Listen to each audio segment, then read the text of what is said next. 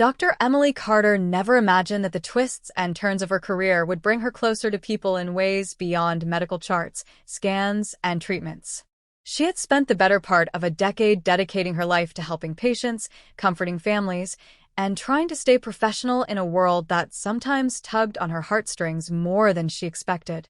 The story began in a quiet hospital in Boston, where she had been practicing for years.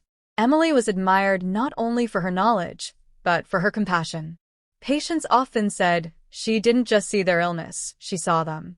But one case would challenge her heart in ways she didn't see coming. One morning, as Emily flipped through her schedule, she noticed a new name. Michael Lawson, a 36-year-old man, referred to her for ongoing health concerns. Nothing unusual stood out in the notes, but the first impression when he entered her office would stay with her forever. He wasn't just nervous. He looked like a man carrying the weight of the world. Emily greeted him warmly. "Hi, Michael. I'm Dr. Carter. Please sit down. Tell me what's been going on." He hesitated, fumbling with his words, but eventually shared his story.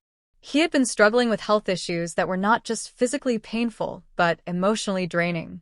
He admitted he had been avoiding doctors for months, fearful of hearing bad news, and ashamed that his health had gotten this far. Emily listened intently, her eyes never leaving his. She didn't interrupt, didn't rush. When he was done, she leaned forward slightly and said, "Thank you for trusting me with this. You've already taken the hardest step by walking in here today." Michael exhaled, as if releasing something heavy he'd been holding for years. Over the next few weeks, Emily worked tirelessly to address his condition. She arranged tests, adjusted medications, and stayed late to review results. But beyond the science and medicine, she offered something Michael hadn't felt in a long time: hope. She encouraged him when he doubted, reassured him when the nights got long, and reminded him that he was more than his diagnosis. One evening, after a particularly long day, Emily walked past the waiting room and found Michael still sitting there. The clinic had emptied, but he hadn't left. She approached him gently. "Michael, is everything all right?" she asked. He looked up, his eyes tired, yet vulnerable. I don't want to go home tonight. It's so quiet there, and I end up overthinking everything." Emily's heart ached for him.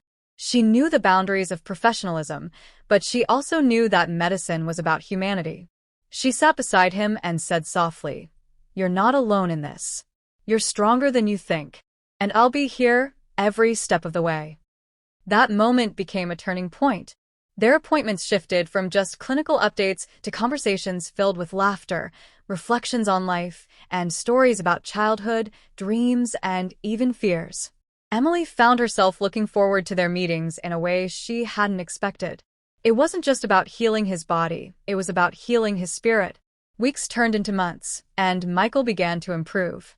His health stabilized, and his smile returned. On the day she gave him the good news that his recovery was steady, Michael's eyes filled with tears. "You saved me, Dr. Carter," he said, his voice cracking. "Not just my health, but me. I didn't think I could feel this alive again." Emily felt a lump in her throat. She had spent her life caring for others, but this was different. His gratitude, his sincerity, and the way he looked at her, it touched something deep within her. Their story wasn't about breaking rules or blurring lines. It was about two people, one a healer and one who desperately needed healing, finding a bond that reminded them both of the power of compassion. Michael encouraged Emily to take breaks, to care for herself, and to embrace life outside the hospital walls. In turn, Emily gave Michael the courage to rebuild his life with strength and confidence. Over time, their connection grew into something even more profound. It wasn't rushed, and it wasn't forced. It was the slow unfolding of trust, respect, and warmth. Emily realized that helping him hadn't just changed his life, it had changed hers too. By the time Michael returned for his final follow-up, he carried himself differently.